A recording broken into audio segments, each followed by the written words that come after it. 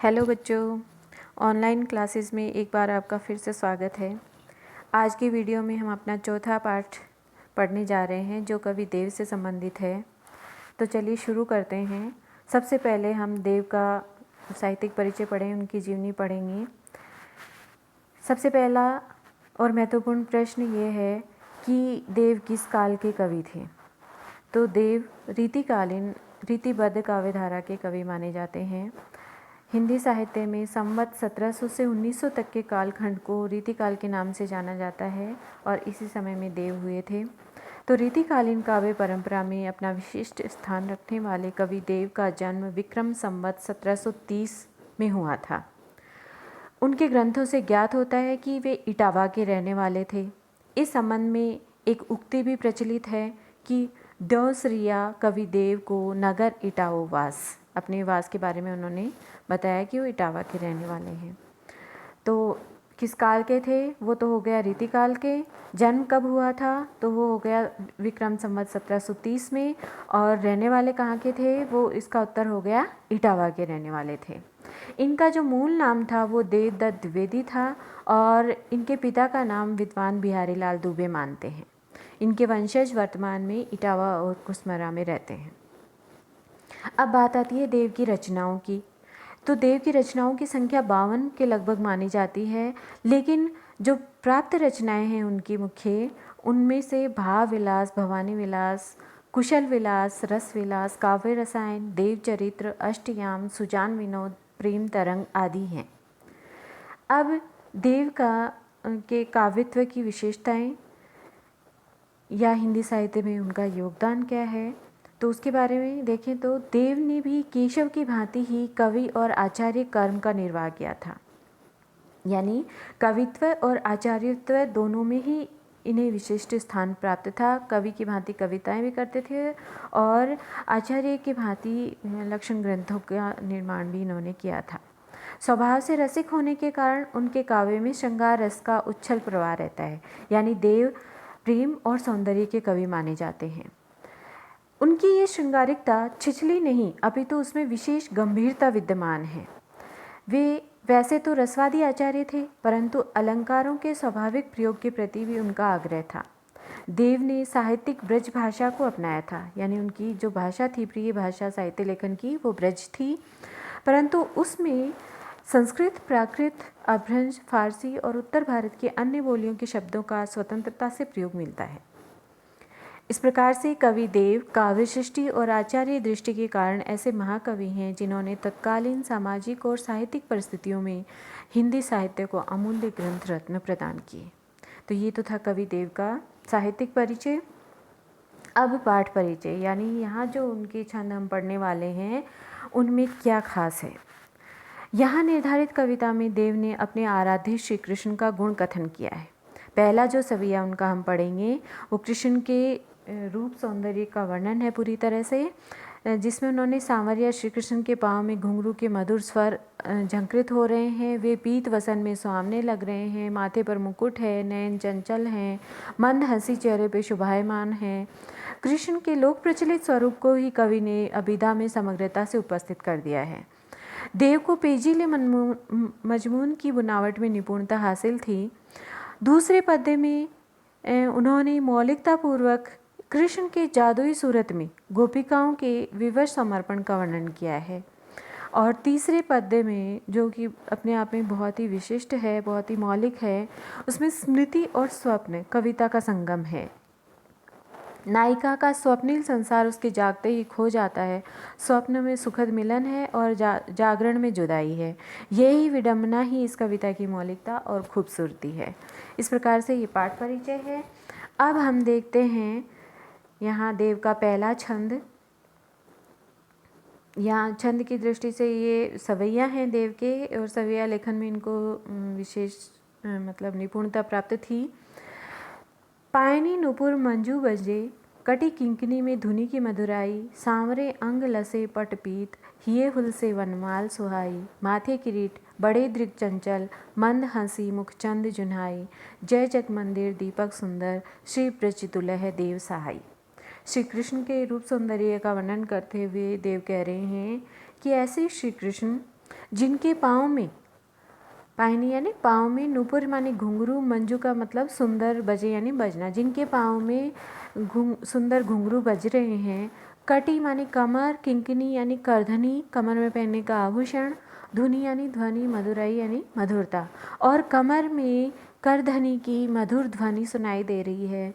सांवरे अंग लसे पीठ पट पीत, पट मानी वस्त्र, पीत यानी पीले, उनके सांवले अंग पर पीले वस्त्र, लसे मानी सुशोभित हो रहे हैं, सुंदर लग रहे हैं। सांवले अंग पर पीले वस्त्र सुशोभित हो रहे हैं। हिये हुल से वनमाल सुहाई, और उनके हृदय पर, उनके गले में वनमाला सुंदर लग रही है। माथे किरीट बड़े दृढ़ चंचल, माथे किरीट यानी किरीट का अर्थ होता है मुकुट, उनके माथे पर मुकुट, और नेत्र बड़े और चंचल हैं। मंद हंसी मुख चंद जुनाई, और उनके चेहरे पर मंद मंद मुस्कुराहट उनके मुख रूपी चंद्रमा पर चांदनी के समान सुशोभित हो रही है। चंद यानी चंद्रमा, जुनाई का अर्थ होता है चांदनी, कि उनके चेहरे पर मंद मुस्कान उनके मुख रूपी चंद्रमा पर चांदनी के समान लग रही है। जय जगमंदिर दीपक सुंदर, ऐसे श्री कृष्ण जो इस संसार रूपी मंदिर के दीपक के समान प्रकाशमान हो रहे हैं, वो श्री कृष्ण ब्रज दुल्हे के रूप में सदा अपने भक्तों की सहायता करते हैं। यहाँ कृष्ण का जो रूप सौंदर्य का वर्णन है वो उन्होंने ब्रज के दूल्हे के रूप में किया है, और उनको एक इस संसार रूपी मंदिर का दीपक बताया है। जैसे मंदिर में जलने वाला दीपक वो आसपास के क्षेत्र को प्रकाशमान करता है, उसके अंधकार को दूर करता है, वैसे ही अपने सुंदर विशिष्ट रूप में श्री कृष्ण इस संसार रूपी दीपक की भांति लग रहे हैं, जो इस संसार के अंधकार को दूर कर रहे हैं और उसे प्रकाशित कर रहे हैं। फिर दूसरा छंद है उनका, वो एक गोपिका जो है वो अपनी आँखों का वर्णन कर रही है इसमें, कि धार में धाय धसी निर्धार वे, जाय फंसी उकसी न अबेरी, री अंगराय गिरी गहरी गही, फेरे फिरी ओ घिरी नहीं घेरी, देव कछु अपनो बसना, रस लालच लाल चिते भई चेरी, भीगी ही बूढ़ी गई पखियाँ, अखियाँ मधु की मक्खियाँ भई मेरी। एक श्री कृष्ण के प्रेम में डूबी हुई एक गोपी है, वो अपनी आँखों की दशा का वर्णन करते हुए अपनी सखी से कहती है कि हे सखी, उसकी आँखें धार में धाय धसी निर्धार वे, कि उसकी आँखें बिना किसी आधार की, निराधारी, बिना किसी आधार के ही श्री कृष्ण के प्रेम रस की धारा में डूब गई हैं, जाकर फंस गई हैं, उकसी न उबेरी, और अब निकाले नहीं निकल पा रही हैं। अर्थात उसकी दृष्टि जो है वो कृष्ण के रूप सौंदर्य पर अटक गई है। री अंगराय गिरी गहरी गही, फेरे फिरियों घिरी नहीं घेरी, और हे सखी, ये मेरी आँखें अंगड़ाई लेकर कृष्ण के प्रेम रस में गहरी डूब गई हैं, और मैं इन्हें घेर कर घुमाना भी चाहूँ तो भी ये नहीं घूम रही हैं। यानी मेरी दृष्टि कृष्ण के रूप सौंदर्य से हट ही नहीं पा रही है। देव कछु अपनो बसना, रस लालच लाल चिते भई चेरी। देव कहते हैं कि गोपी अपनी सखी से कह रही है कि हे सखी, अब मेरी इन आँखों पर मेरा बिल्कुल भी नियंत्रण नहीं है। क्यों? क्योंकि ये तो कृष्ण के रूप सौंदर्य को देखकर उनकी दासी बन गई हैं। चेरी का अर्थ होता है दासी बनना, कि ये कृष्ण के रूप सौंदर्य को देखकर उनकी दासी हो गई हैं, अब इन पर मेरा कोई भी नियंत्रण नहीं है। बेगी ही बूढ़ी गई पखियाँ, अखियाँ मधु की मक्खियाँ भई मेरी। बहुत ही सुंदर पंक्ति है ये, जिसमें गोपी कह रही है अपनी सखी को कि जिस प्रकार से मधुमक्खी जो होती है वो शहद में डूबने पर वो उससे बाहर नहीं निकल पाती, उसके पंख, उसकी टांगें उसमें डूब जाती हैं, शहद में लिपट जाती हैं, तो वो उड़ नहीं पाती है, फिर उससे बाहर नहीं निकल पाती है। बूढ़ी गई, बूढ़ी का अर्थ है डूबना, और पखियाँ यानी पंख, कि मेरे पंख हैं, मेरी आँखों रूपी जो पंख हैं वो भी कृष्ण रूपी शहद में डूब गए हैं, और मेरी स्थिति भी किस प्रकार की हो गई है, उसी शहद में डूबी हुई मक्खी के समान हो गई है। फिर से देख लीजिए इसको एक बार, कि जिस प्रकार मधुमक्खी शहद में डूबने पर बाहर नहीं निकल पाती है, उस प्रकार मेरी आँखों की स्थिति भी श्री कृष्ण के प्रेम रूपी शहद में डूबी हुई मक्खी के समान हो गई है। यानी मैं भी अपनी आँखों को अब कृष्ण रूपी शहद से बाहर नहीं निकाल पा रही हूँ।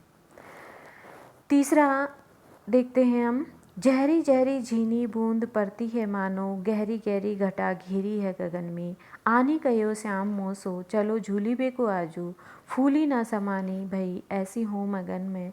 चाहती उठी उड़ी गई सो निगोड़ी नींद, सोए गए भाग मेरे जागी व जगन में।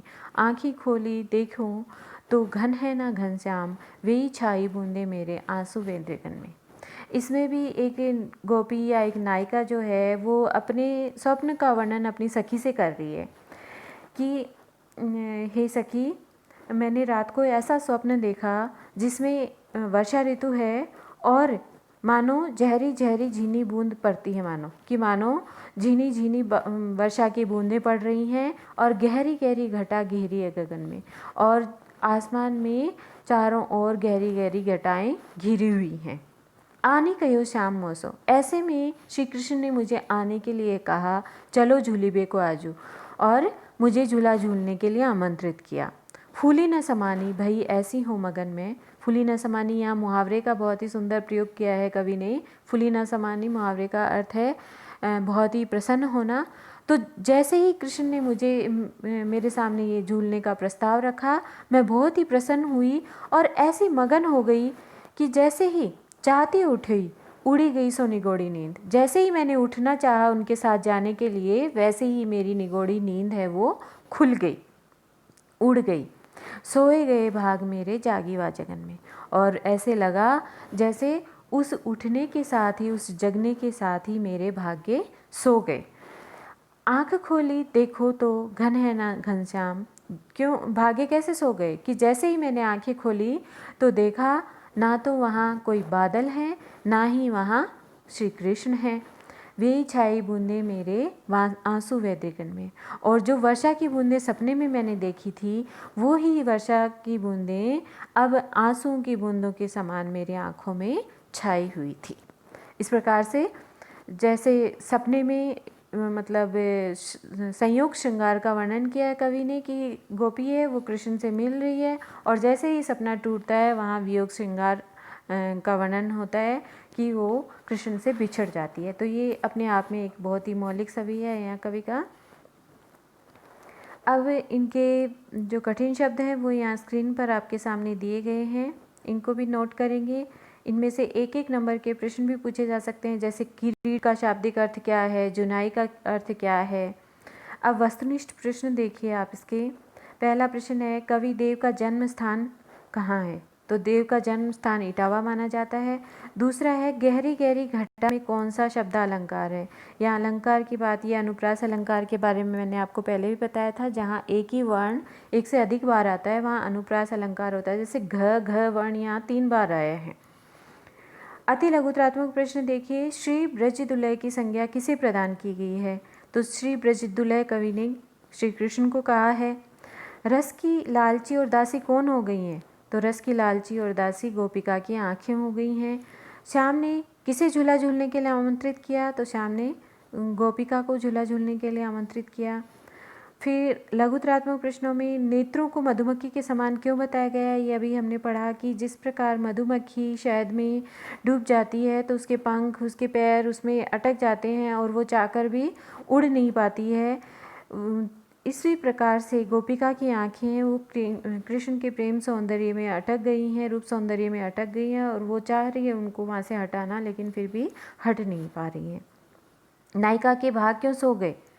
कि जैसे नायिका स्वप्न में कृष्ण से मिलन का स्वप्न देख रही थी, और जैसे ही वो उनके साथ जाने के लिए उठती है, वैसे ही उठने के साथ ही उसकी आंखें खुल जाती हैं और सपना टूट जाता है, और उसे ऐसे लगता है कि उसके भाग्य सो गए हैं, क्योंकि वो कृष्ण से बिछड़ जाती है। जय जग मंदिर दीपक सुंदर से कवि का क्या आशय है? तो यहाँ जय जगमंदिर दीपक सुंदर कवि ने कृष्ण के लिए प्रयुक्त किया है। जिस प्रकार से दीपक है वो मंदिर में प्रकाश फैलाता है, अपने आसपास के क्षेत्र को रोशन करता है, उसी प्रकार से इस संसार रूपी मंदिर में श्री कृष्ण हैं वो अपना प्रकाश फैला रहे हैं और इसके अंधकार को दूर कर रहे हैं। निबंधात्मक प्रश्न है वो काव्यांश के आधार पर कृष्ण के रूप सौंदर्य का वर्णन कीजिए। तो जो पहला छंद हमने पढ़ा था वो पूरा इसी से संबंधित है, हर लाइन का अर्थ इसके उत्तर के रूप में हो जाएगा। पठितांश के आधार पर देव की काव्यगत विशेषताएं, ये हमने पाठ परिचय में कुछ पढ़ी हैं, कुछ इन छंदों के आधार पर हम बना के लिख सकते हैं। और कोई भी जो 3 छंद हमने यहाँ उनके पढ़े हैं उनमें से आप किसी की भी एक की सप्रसंग व्याख्या भी करेंगे। इसके साथ ही बच्चों ये पाठ हमारा यहाँ पूरा होता है। अगले वीडियो में फिर अगले पाठ के साथ हम फिर से मिलेंगे। तब तक के लिए बाय बाय और पढ़ाई करते रहिए, अपना ध्यान भी रखिए।